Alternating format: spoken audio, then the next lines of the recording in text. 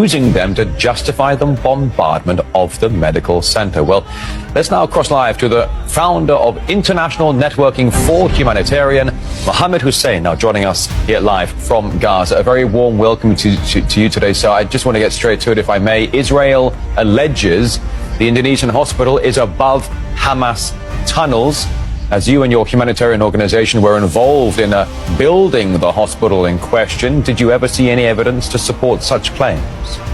First of all, I have to tell you that I was one of the team that built this hospital. We built the hospital since 2011 until 2014. So we provide everything.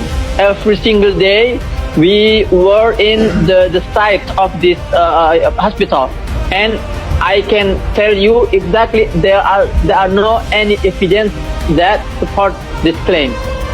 All right. What about the southern part of the Gaza Strip? Because Israeli airstrikes have been targeting the north, as you know. Netanyahu has told many Palestinians to evacuate south, but that's where schools and hospitals, as we understand, have been also being used as bomb shelters. We understand a lot of them have also been damaged in the southern parts of Gaza. I wanted to ask you, Mr. Hussein, are there any humanitarian zones left that people can seek refuge in?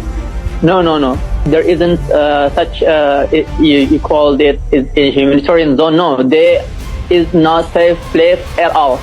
We are in Gaza, in every area in Gaza, from north to the south. I am in the south now, but before a few minutes ago, I can hear the very big exploding near from my house, you know. Besides that, after some of northern Gaza came to south, the number of the killing in the south is very, very much larger than the northern area. So I can tell you simply that there is no safe zone in Gaza, and we are now just waiting for our turn to be killed and to be next victim.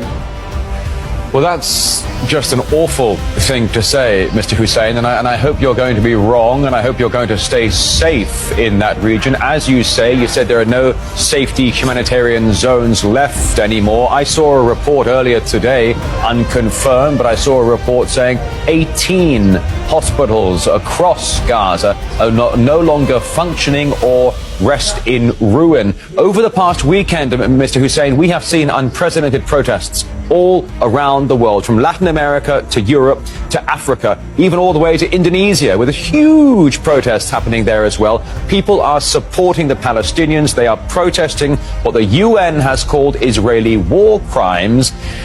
Why is it that so much of the world seems to be talking in a united voice, but one very small part of the world, the United States and Israel, don't seem to be hearing the chorus? Yeah, I think it's very clear, because this world, this government of the world is designed to be a part of this occupation. We know that it's no more a secret that the United Nations is also part of this occupation.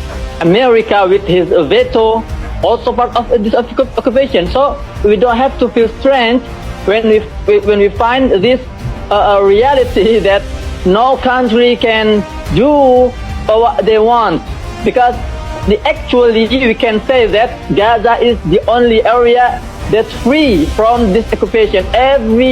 Each country in the world are occupied by America, by Israel, by Zionists, except Gaza. That's why the people cannot punish this Zionists. They cannot stop this bombing, because Israel maybe feels that they are above everything. No one can touch me, so I can do what I want. We are very sorry to hear that, but that is the fact today. I appreciate you saying that, Mr. Hussein, because it's a very strong comment to say on international television, but we're very grateful to have you here spending your time with us. I wanted to ask you, if you go online right now to some of the American press and some of the British press, you know what they do? They post pictures of Gaza in ruin, and then they have a headline saying Israelis suffering.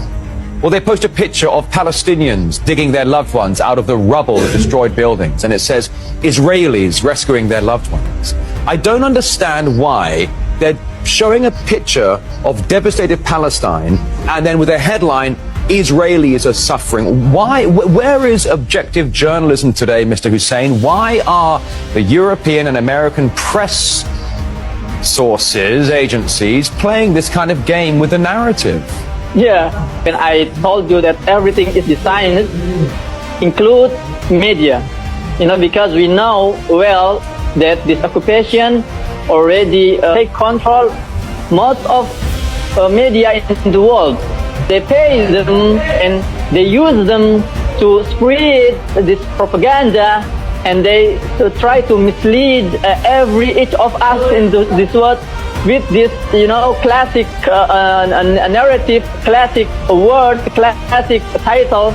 I can't tell you that I have to feel strange about all of this. This is their game. This is their rule. This is their world. But today we have citizen journalism where everyone can see with their eyes. Everyone can say what they think. If everyone can control the media by their hands.